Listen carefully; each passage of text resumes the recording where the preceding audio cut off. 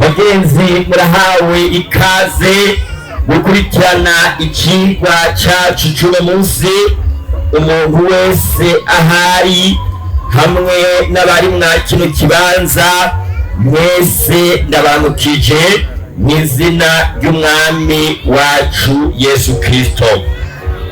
Sabe abaririmbyi nk'uko babibonye twatanguye baze hano imbere kugira ngo badufashe mu ndirimbo yo gutanguza igikorane cyacu nk'uko tubimenyereye ya 73.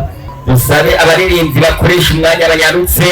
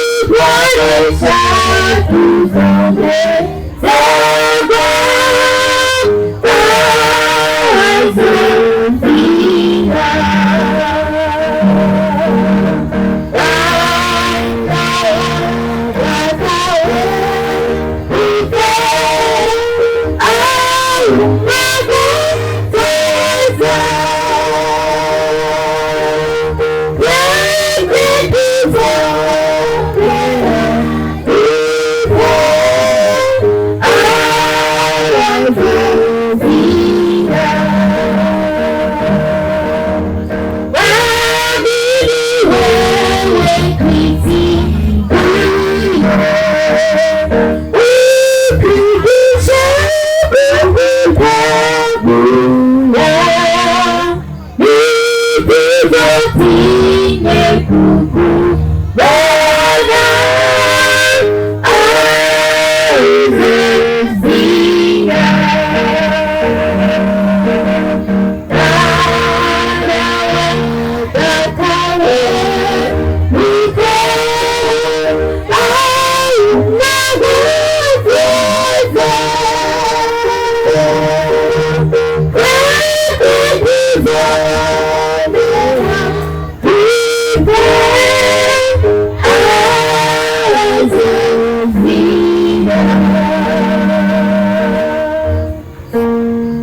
usenge.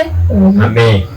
Twongeye gushimira muri mwisi n'ijuru ukuntu watuziganye ngo umuntu w'agatondo kabudishanye kwano masaha tuge mu muzako ntabwo icyubahiro. Amen. None turagusabye tubabarire aho twanyuranye nawe utwo twitunganya rwose ibyo ubukoze. Amen. Hanyuma umaze kuduharira ngo unubane nacu tukoreze kino kigo tugomba twige. Turagusabye ngo tutahuzwe nawe kandi uduhe gushyira mu bice bidusaba mu izina rya Yesu. Amen. Izina ry'Imana rihabwa icubahiro. Ndongeye kubaha ikaze mu cigwa cyo muri kino gitondo. Ubwo tugiye kwiga ikigwa kidasanzwe kivuga ngo gutangura bundi bushasha. Bagenzi, tugiye kurabira hamwe ikigwa kivuga ngo gutangura bundi bushasha. Nimba biri muri Bibiliya birandaba, bitari muri Bibiliya ntibindaba. Ni kuvuga ngo nico civugo tugiye gukorera ko nk'uko twama twagikoreye ko ibintu biri muri Bibiliya biraba umuntu uwo ari we wese, nanjye birandaba. Kandi bitari muri Bibiliya nta mpamvu yo kubyizera canke ngo bindabe. Bagenzi,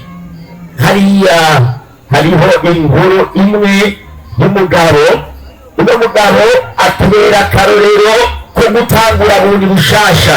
Uno mugabo yari yakoze igihe kirekire ashiraho uruganda, akorera mu kajagari, agakoresha abantu muri sosiyete yiwe atarutonde ruhari. Igihe kimwe yiyumviriye gushiraho urutonde, ashiraho amategeko agenga entreprise yiwe. Yemeye guhera ibya mbere no kwibagira guhomba kwiwe, yongera gutangura bundi bushasha. Mu minsi mike yasigaye anezerewe, ubuzima bwiwe bwarahindutse kubera yuko yari amaze gutangura bundi bushasha. Bibiliya ivuga iki? Bibiliya ivuga ngo benshi bazotunganya berekera ku butigwe, ariko abanyakibi bazoshishikara gukora ikibi. Kandi nta n'umwe mu banyakibi bazobitahura, ariko abagize ubwenge bazobitahura. Daniyeli igice cya 12 ku murongo w'10. Mugenzi, bigusaba kugira ubwenge mvajuru. Sengera mu mutima kugira ngo muhemu akumurikire, aguhe gutahura bino tugiye kwiga. Bivuga ngo nuko kwemera kuva ku kumva, n'ukumva kuzanwa n'ijambo rya Kristo. Abaroma igice c'10 ku murongo waho wa 17. Reka duhere rero ku ntahe ya Pawulo. Intahe ya Pawulo kandi nahama abakristo, nahama abakurikira inzira ya Yesu gushika bapfuye, nkababoha, nkabashira mu mabohero abagabo n'abagore. Ibyakozwe n'intumwa igice cya 22 duhereye ku murongo wa 4 hamwe n'uwa 5. Reka tubandanye. Igihe yariko aragenda guhaba ubwoko bwera i Damasiko, yahuye n'umuntu ari we Yesu, maze yumva ijwi rimuhamagara, Sawuli, Sawuli, umpigire iki? Nanjye ndabaza ntuyiga mwami. Aranyishura ati, ndi Yesu umunyanazareti uwo uriko urahiga. Abahiga ubwoko bwera baba bariko barahiga Yesu ubwiwe.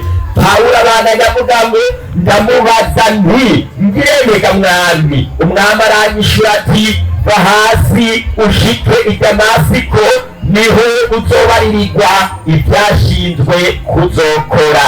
Ibyakozwe n'intumwa ku murongo wa 22 tugeze ku murongo w'10. Mugenzi, nuko Sawuli yabwiwe kuja i Damasiko, nawe ushobora kuba wabwiwe kuza mwa kino kibanza canke kuba wokurikirana kino cigwa aho uri nyene. Bibiliya ibandanya ivuga ngo Sawuli yaremeye umuhamagaro, agenda aho Imana yamubwiye. Ni muri ubwo buryo abantu benshi turamaze gukora umuhamagaro, baraje hano imbere bakagenda bitaba umuhamagaro, maze amaze gushika iyo Imana yari yamubwiye. Ananiya aravuga ati Imana yabasogokuruza yagutoranije kumenya ibyo ugomba, no kubona wa mugororotsi, no kumva ijwi riva mu kanwa kiwe. Uzomubera icabona ku bantu bose, kubyo wabonye kandi wumvise. None ikigutega niki? Va hasi ubatizwe, wiyuhagire ibyaha byawe, wambaze izina ryiwe. Ibyakozwe n'intumwa igice cya 14 ku murongo wa 16. Bagenzi, iyo umuntu yemeye kwitaba umuhamagaro kandi iyo umuntu amaze kubwirwa ubutumwa bwiza, nta kindi kintu kiba kigihari kimutevya. Ikiba gisigaye ni gutangura inzira ya gikristo, maze akemera akabatizwa, akiyuhagira kugira ngo ubuzima bwiwe bwose yame yambaza izina ry'Uhoraho. Bagenzi, hariho Bibiliya ivuga ngo hariho umwami umwe n'ukwizera kumwe no kubatizwa kumwe. Abanyefeso igice cya 4 ku murongo waho wa 5.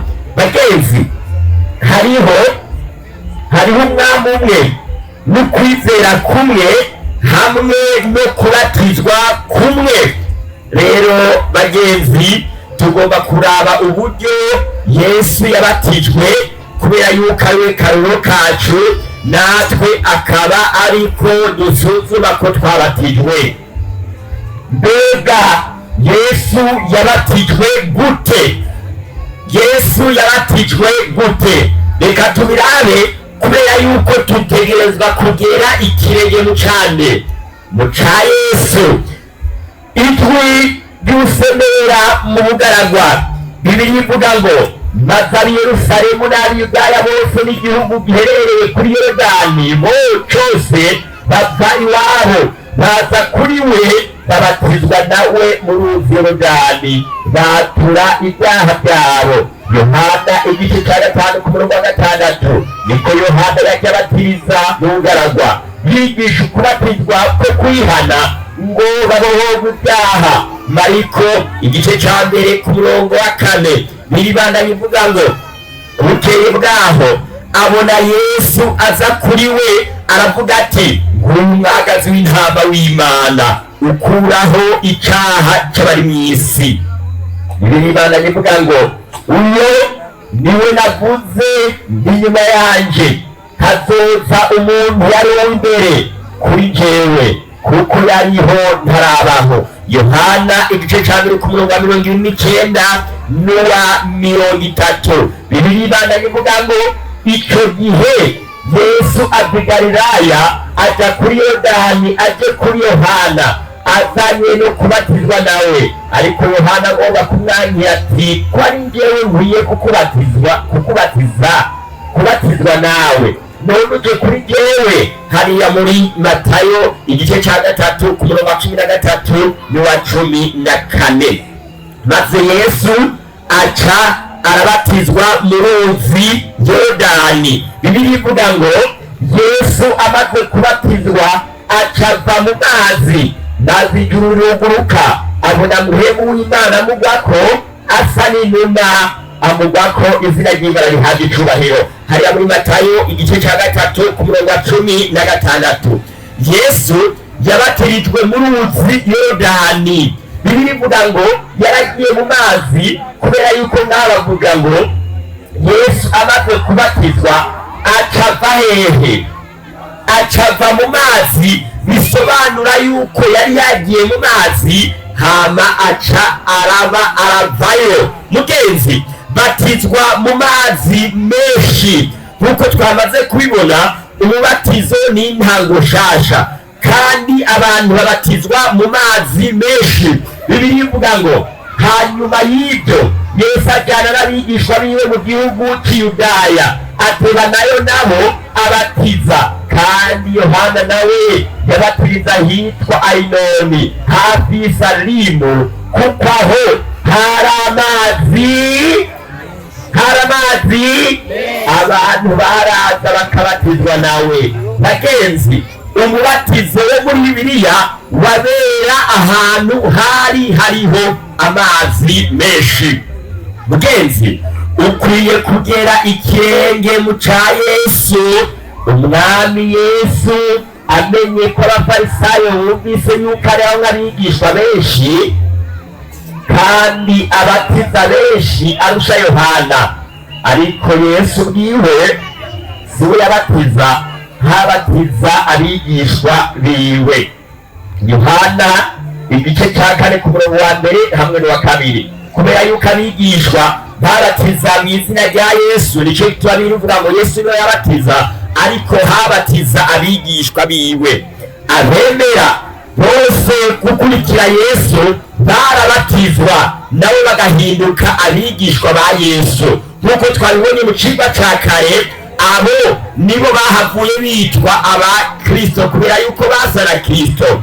Yesu ari kumwe n'abigishwa biwe yarababwiye ati, nuko nimugende muhindura amahanga yose abigishwa, mubabatiza mu izina rya Data wa twese n'iry'Umwana n'irya Mpwemu Yera, mubigishe kwitondera ibyo nabageze byose. Matayo igice cya 28 ku murongo wa 18 gushika ku murongo wa 19. Bagenzi, hariho ibikorwa bibiri Yesu yadutegetse ngo tugirire abigishwa bashasha mu gihe bemeye kwizera. Ibyo nabyo ni kubigisha kwitondera ibyo yatugeze byose. Ikindi nacyo ni kubabatiza mu izina rya Data wa twese n'iry'Umwana n'irya Mpwemu Yera. Umuntu amaze kwizera, ibi bintu bibiri biramuraba.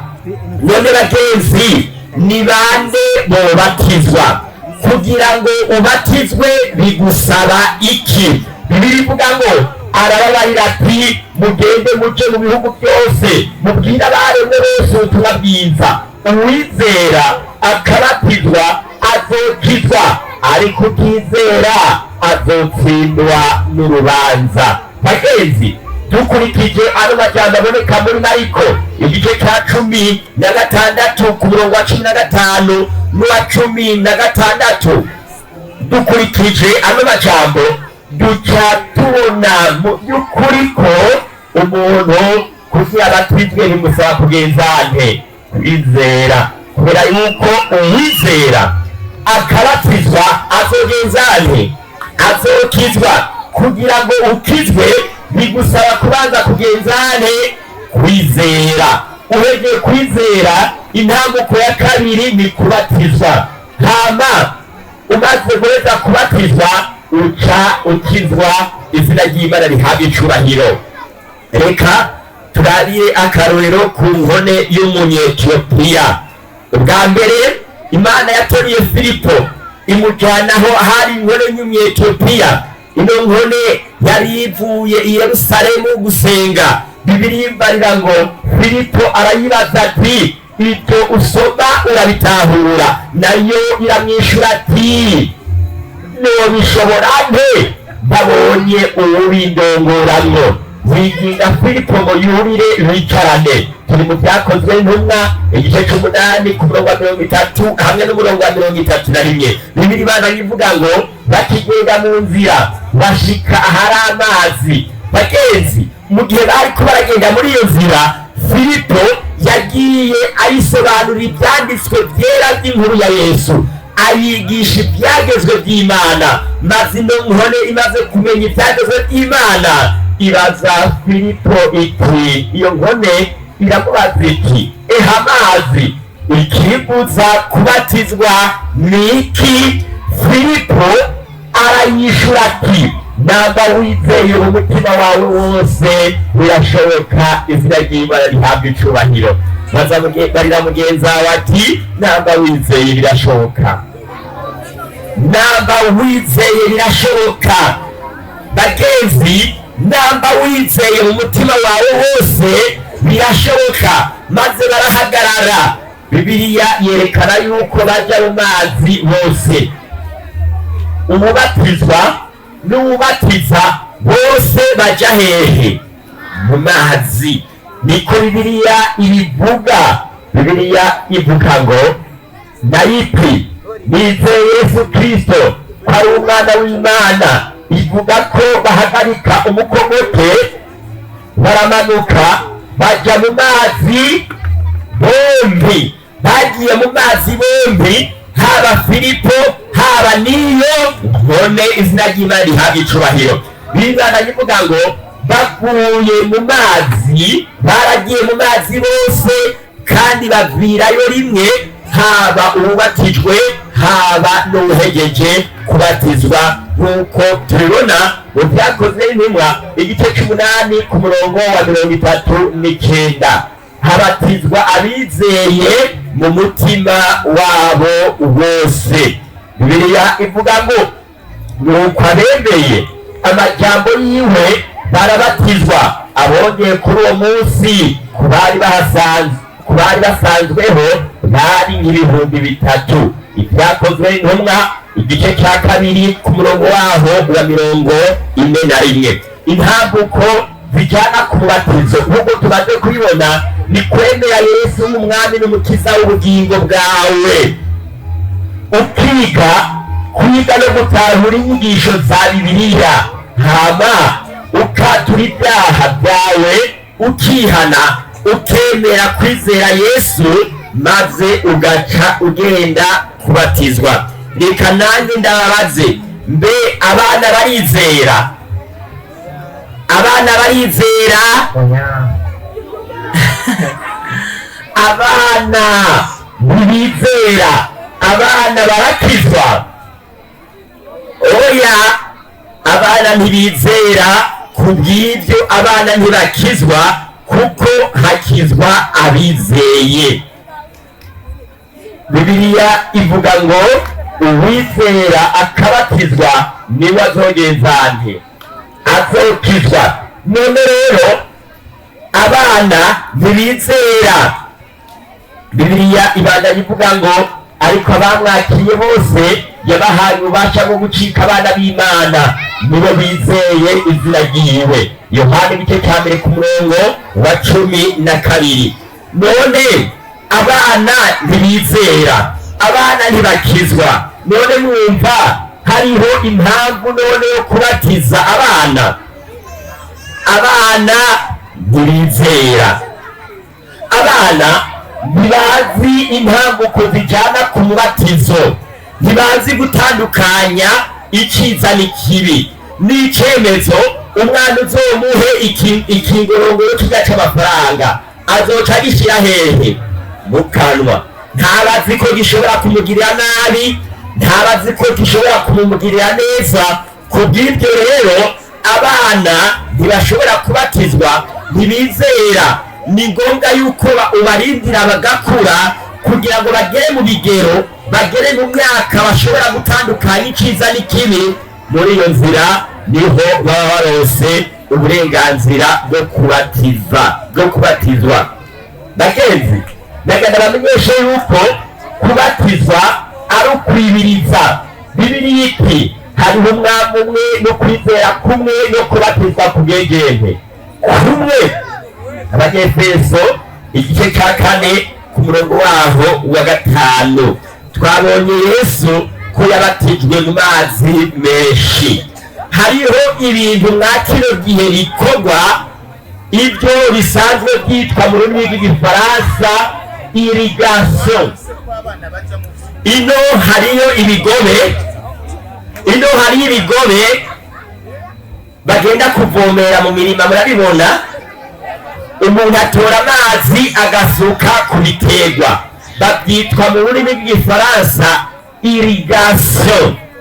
Gusuka amazi ku mutwe si umubatizo namba, babyita kuvomera. reka nababwire umubatizo w'ukuri warahinduwe, umubatizo w'ukuri warahinduwe, umubatizo w'ukuri warahinduwe nk'uko tubigaragarizwa na Karidinali James Gibo. Umukaridinali James Gibo arabidusobanura neza, ariko abantu benshi ntabyo bari bazi. Yaranditse ano majambo avuga ngo mu bijana byinshi inyuma y'ishigwaho ry'ubukristo umubatizo wakorwa mu buryo bwari busanzwe bwo kwiriza, ariko ku ngoma y'umwami Konstantino na Papa Silivestre wa mbere kubatiza bamijagira amazi rantizo gusukira bihabwa intebe muri Ekleziya Gatolika. Bagenzi, nimurabe amashengero ya mbere, iri ni ishengero ryo mu kijana ca mbere ryari rifise ikinogo mu rusengero bashiramwo amazi menshi hama bakabatiza, ivyo gusukira bitaraza. Iri ni irindi shengero. Amashengero yo muri Filipe, y'Efeso, amashengero y'i Korinto, amashengero atandukanye yo mu gihe ca mbere yose yari arimwo ibinogo bashiramwo amazi menshi kugira ngo babatize abantu. Uburyo bworoshe ariko buteye amakenga. Karidinali James Gibo yabandanije avuga ngo ubu buryo bwo kubatiza buritabirwa kurusha umubatizo wo kwirizwa. Ubu buryo bworoshe bwazanye amakenga, maze bukaba burya burakoreshwa hakurikijwe igihe n'ahantu bukorewe n'ababukorerwa. Karidinali James Gibo mu gitabo yanditse ukwizera kw'abakurambere bacu ku rupapuro rw'amajana 277. Ikibazo rero gisigaye ni iki? Ni ngombwa ngo tubatizwe? Reka ndabakurire inkoni ku gishitsi. Bibiliya ivuga ngo kubatizwa yuko ari kuvuka bwa kabiri. Mwigisha, turazi yuko umwigisha yavuye ku Mana. Uwo ni Nikodemo ariko aravuga, kuko ata muntu abasha gukora ibimenyetso nk'ibyo ukora. Nshuti, Imana iri kumwe nawe. Yesu aramubwira ati n'ukuri ndakubwire, uyu muntu atabyawe ubwa kabiri ntashobora kubona ubwami bw'Imana. Nikodemo ntiyanyuzwe. Arabaza ati, Nikodemo aramubaza ati, umuntu ashobora kubyarwa ashaje gute? Mbega ashobora gusubira mu nda ya nyina akavuka? Maze Yesu atangaza muri karengane yo kwinjira mu bwami bw'Imana. Kugira ngo wemererwe kwinjira mu bwami bw'Imana, Bibiliya ivuga ngo Yesu aramubwira ati, n'ukuri ndakubwire, iyo umuntu atabyawe n'amazi na mpwemu ntashobora kwinjira mu bwami bw'Imana. Yohana igice cya 3 ku murongo wa 4 hamwe n'uwa 5. Bagenzi, iyo umuntu atemewe kubatizwa ngo yemerwe abyagwe n'amazi avuka ubwa kabiri, ntashobora kwinjira mu bwami bw'Imana.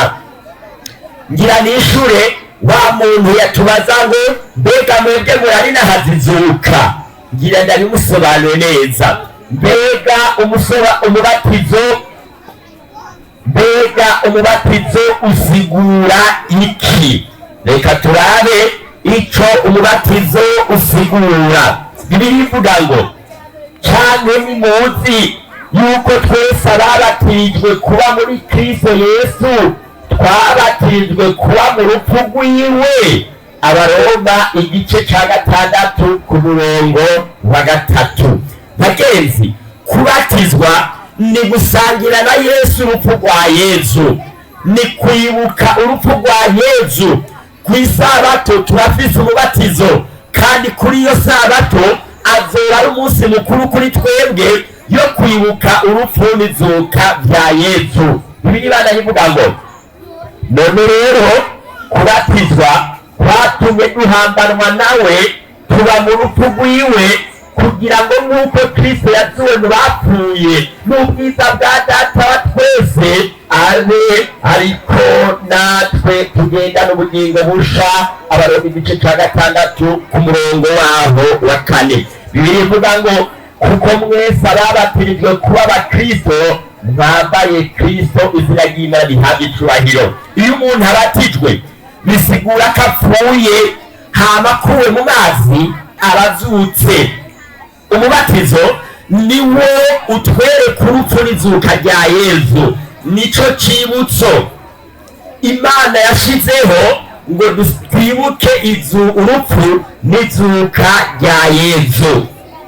Bibiliya yatubwiye ngo none rero kubatizwa kwatumye duhambanwa nawe tuba mu rupfu rwiwe, kugira ngo nk'uko kristo yazuwe mu bapfuye n'ubwiza bwa dawe wa twese abariko natwe tugendana ubugingo bushasha. Abariko namwe mwiyumvira ko mwapfuye gucaha, ariko muriho muri Imana muri kristo Yesu. Abaroma igice cya 6 ku murongo wa 4. Reka bagenzi bantu muriko murankurikirana ndabibire akaranga.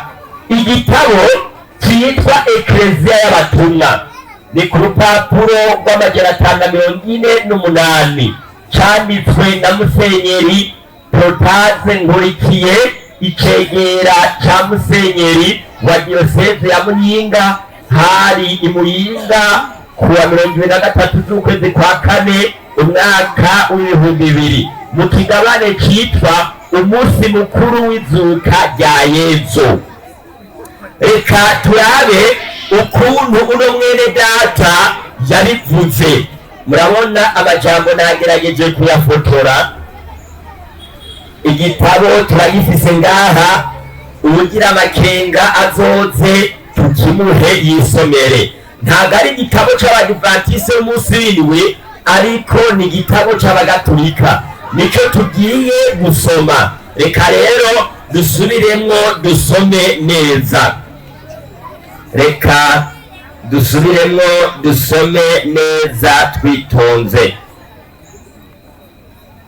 Koko ibatisimusi ibirori canke igishimisha abantu, ariko nikimenyekanisha ikinyegezwa ntangere kigigwa muri twebwe. Kubw'ibatisimu dusangiye ubuzima bwa Yesu yapfuye akazuka. Kubatizwa ni ukuvuga kwibira, gusomanure. Umukristo arasomanure, aribizwa, arapfira igicumuro, kuko mu by'ukuri asangira urupfu rwa Yesu.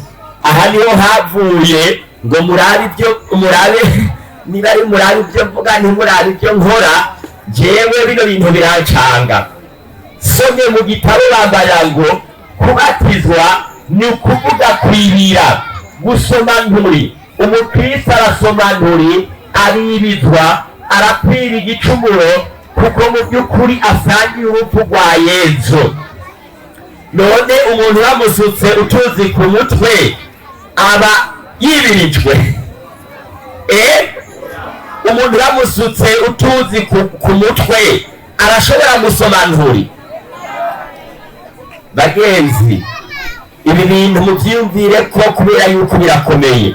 Baramugenza bati bino bintu birakomeye.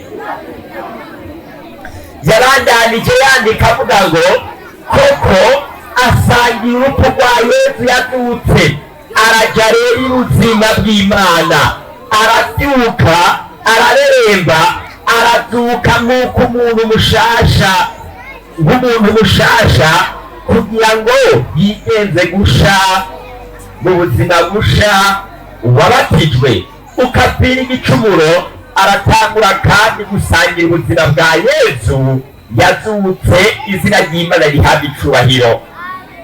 Ngubwo busobanuro bw'umubatizo mwene data Musenyeri Protaze yarabitubwiye neza. Niba atabibigisha mu rusengero, Kazima yabinyandikiye mu gitabo, nanje ndabibasomeye, kandi na Bibiliya niko yatubwiye. umubatizo werekana kuronka ubugingo busha muri Kristo kubwo kubatizwa. ubwa mbere umukristo arapfa, arahambwa, akazuka. mwarabonye umuntu bahamba bagasigaza umutwe hejuru canke igihimba kimwe hejuru, bamuhamba wese. ni kuvuga ngo umuntu ategerezwa kwibiriza mu mazi wese agapfa kugira ngo azuke azukanye na Yesu ari mushasha. izina ry'Imana rihabwa icubahiro.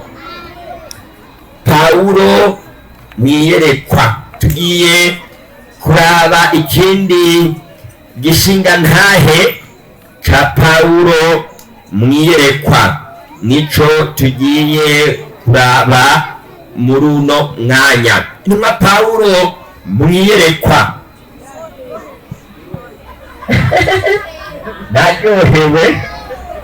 naryohewe.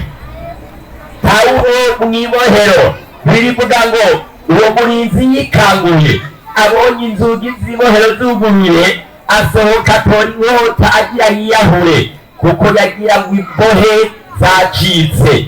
ariko Pawulo asemerera n'ijwi rirenga ati, ntiwigirire nabi, twese turi hano. arabasohokana, arababaza ati, bagenzi, nkwiye gukora iki ngo nkire? umuntu wese kuri uno mugoroba arashobora kubaza kino kibazo ngo nkwiye gukora iki ngo nkire? Bibiliya ivuga ngo baramwishura bati, izere umwami Yesu urakira mwe nawe mu nzu yawe, izina ry'Imana rihabwa icubahiro. igikorwa ca mbere ca buri muntu wese ni kugenzane, ni kwizera. Bibiliya ivuga ngo muri ico gihe nyene c'ijoro arabajana buhagira inguma z'inkone, aca arabatizwa bo n'abiwe bose.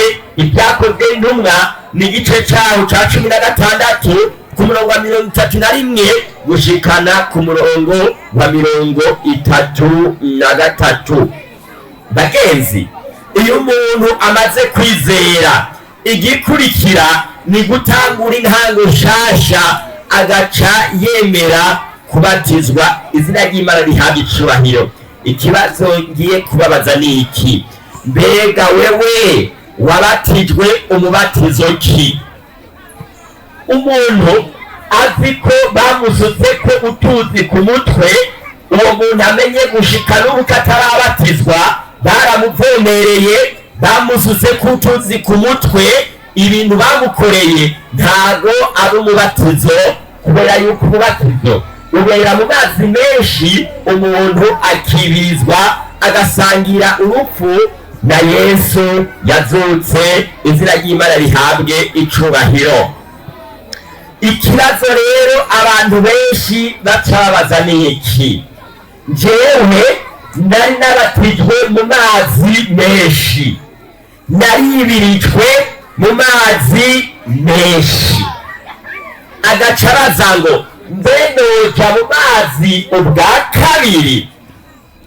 ico kibazo ndazi no ngaha hari abantu bagifise, kandi ngiye kucishura. hari n'abandi bavuga ngo jewe nari narabatijwe kandi mu badivantiste mu mazi menshi, none nosubira nkaja mu mazi ubwa kabiri?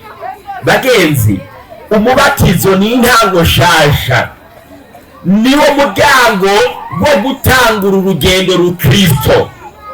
reka ndababaze, ninde intama yiwe yozimira, hanyuma aze kuzimira akayicisha mu rusumanyenzi? tuvuge ko intama yamenye, cyangwa inka yamenye iraro, hama wewe urayitonye, uyizanye woyicisha muri hahandi yamenye, cyangwa uyicisha mu muryango? uyicisha mu muryango. umubatizo niwe muryango wo kwinjira. ndaga ndababwire bagenzi, Imana kugira ikubabarire bisaba kwibagira ibyawe byose byajyari byakera. nta mpamvu yo kugenda kubarira Imana, Mana urumva muri kahise kanje nari nakoze ibi. Imana hamwe yoba yibuka yuko wasambanye ntibikunda kigenzanze ikubabarira. None hagati uhejeje kubatizwa waciye ugenda gusambana, bisobanura yuko Imana ibanza kwibagira uhereye igihe wagenze wasambanye. Ni kuvuga ngo wari warabatijwe imbere yuko usambana, biyisaba kwibagira ibyo bintu byose.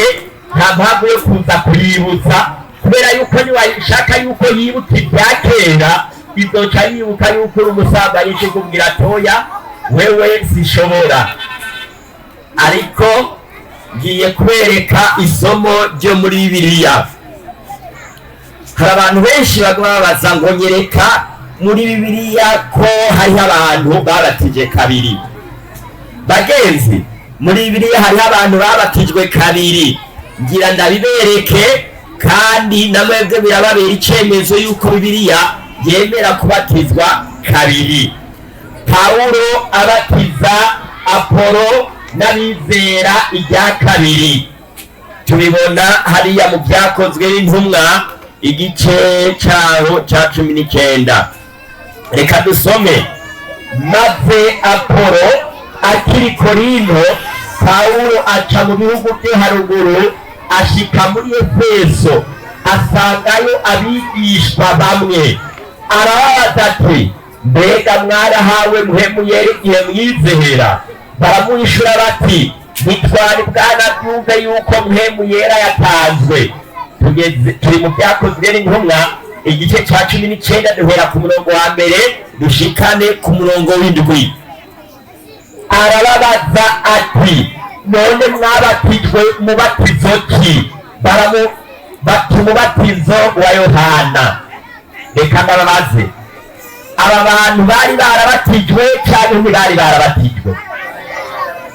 Ishura. Okay, bari barabatijwe, babatijwe umubatizo wa Yohana. Pawulo ati, Yohana yabatije umubatizo wo kwihana, abarira abantu ko bakwiye kwizera uwuzoza hanyuma yiwe, niwe Yesu Kristo. Bibiliya imbarira ngo babyumvise babatizwa mu izina ryande rya Yesu. Bamaze kumva yuko igihe babatizwa batari bwamenye yuko muhemu yera yatanzwe, baravuga ati ibyo twagize wabaye umubatizo wo kwihana ariko ntiwari ukwiye, maze baca bahitamwo kongera kubatizwa mu izina rya Yesu. Pawulo amaze kubaranduka kw'ibiganza, muhemu yera baza ko bavuga izindi ndimi, bavugishwa n'Imana. Abo bose bari abagabo 12, bari abantu 12 bari barabatijwe umubatizo wa mbere, kandi Pawulo yarongeye arabatiza n'umubatizo wa kabiri. Reka ndababaze, none nimba batari bazi ko muhemu yera yatanzwe, barasubiye kubatizwa, ikosa bari bafise ntabwo ari gusambana, ntabwo ari kwicana, ntabwo ari kuzihura isabato, ntabwo ari kubesha, ntabwo ari gusengera ibigirwamana. Yaba ikosa bari bafise bari kuba batari bazi yuko muhemu yera yagenjende. None umuntu nawe yarenze ku itegeko ry'Imana, akarenga isabato, agasenga ibishushanyo, umuntu yabeshe, umuntu yasambanye, ibyo bintu akabikora kiri mu bwirane buce atazi ibyarimo, uwo muntu asobanukiwe ukuri mwumva akwiye kugenda gute? Ubatizwa izina ry'Imana rihabwa icubahiro. Nimba koko abatari bazi yuko muhemu yera yatanzwe barongeye kubatizwa, abatari bwamenye isabato nabo byoca bigenda gute? Bagumye bayirenga batarizi. Abo bantu nabo babatijwe bataramenya isabato, icibutso cirema, ngo bane baninahaza Imana umuremyi wabo. Abo bantu nabo mwumva bigiye kugenda gute? Abari barirengagije amategeko y'Imana nabo, abo nabo mwumva bikwiye kugenda gute mu gihe ubutumwa bwiza bwa marayika batatu buriko buramamazwa, buhamagarira abantu, buhamagarira isi yirengagije gusenga umuremyi w'ijuru n'isi, bukabahamagara abantu mu gusenga yaremye ijuru n'isi bakitondera amategeko y'Imana n'isabato irimwo buriko buramamazwa. Ababwumva bose bakemera kwizera bakwiye kubatizwa, izina ry'Imana rihabwa icubahiro. Ukaba rero uvuga ngo wari wabatijwe umubatizo wo kwihana, kubera yuko hari ibyo utari bwamenye, hari ibyo utari bwasobanukirwe. Wari wigishijwe igice, ntiwari wigishijwe ibyanditswe n'Imana byose. None rero ko uno munsi ubimenye, ugomba gufata ingingo yo kubatizwa. Yesu araguhamagara, Bibiliya ivuga ngo mpagaze ku rugi ndaramukije, umuntu niyumva ijwi ryanje akugura urugi, ndinjira iwe dusangire, unesha nzomuha kwicara nanjye ku ntebe yanjye y'ubwami, nk'uko nanjye nanesheje nkicara data ku ntebe yiwe. Uri n'ugutwi niyumve ico Muhemu abwira amashengero, uri n'ugutwi niyumve ico Muhemu abwira amashengero. Ivyahishuriwe hamwe igice ca 3 umurongo wa 19 hamwe gushikana ku murongo wa 22. None ikigutevya ni iki? Va hasi ubatizwe, uharigwe ibyaha byawe, wambaze izina ryiwe. Mugenzi, bantu mwese muriko murankurikirana, namwe muri ngaha kw'isabato turafise umubatizo udasanzwe. Abantu bavuga bati ivyo nagendeyemo mu gihe ca kera, ivyo nakoze byose byari birimwo amanyanga, kubera yuko abari baranyigishije hariho ibyo batari baranyigishije. Ndashaka gutangura bundi bushasha, ndashaka gutangura intango shasha, ndashaka gukora ibintu bya nyavyo, ndashaka gushikana ukuguruka kose kwa Kristo. Ikibazo ni iki? None ugiye kubatizwa umubatizo ki? Urashobora nawe gutangura bundi bushasha? Mugenzi, ni igihe cyawe. Ubutumwa bwiza buriko buramamazwa mu turere twinshi dutandukanye. Abantu bose bariko barasomerwa ivyagezwe by'Imana byirengagijwe kuri ino si, kandi inyuma ya buno butumwa bwiza Bibiliya itubwira ngo maze umuherezo woca ugenza nte? Uza. Abantu benshi iyo bavyumvise bino baca bemera kubatizwa. Kubatizwa biraryoshe. Rero ndababwire, murane umuntu arapfuye azutse ari mushasha, umuntu arapfa akazuka ari mushasha. Nta kindi kintu kiryoshe nko kubatizwa, kiretse gusa wowe utinya amazi ukaba no muhira utonga kugira uwoge barinda kukuzana inkoni. Ibyo nibyo byotuma byonyene utabatiza kw'isabato. Nyamara udatinya amazi niwiyandikishe kugira dutangure kwandika urutonde rushasha rw'abantu bazokwemera kubatizwa kw'isabato. Murabona ukuntu biryoshe? Murabona kubatizwa ukuntu biryoshe? Bagenzi, kw'isabato azoba ari ibirori bikomeye. Ni bangahe bavuga bati ukuri ndakumenye kandi sinshobora kuvuguruza ico Bibiliya yavuze? None ko Bibiliya yabaze kubimbwira, ndifuza nanjye kugera ikirenge mu ca Yesu. Mugenzi, tugiye gukora umuhamagaro. Umuntu wese yemera kwizera, sabe abaririmbi baze batore mikrofone, sabe n'abadiyasumba gushobora byose, izina ryawe rihabwa icubahiro. Urakoze, ijambo ryawe rimeze nk'imvura, imvura iguye n'igenda tumegisi. Uko niko n'ijambo ryawe rimeze, rimaze gutosa imitima y'abano bantu bawe bahagaze hano imbere. Nanjye ndarasengeye ngo ukwizera kwawe ntiguhere, ukwizera kwawe ntiguhere muri bo.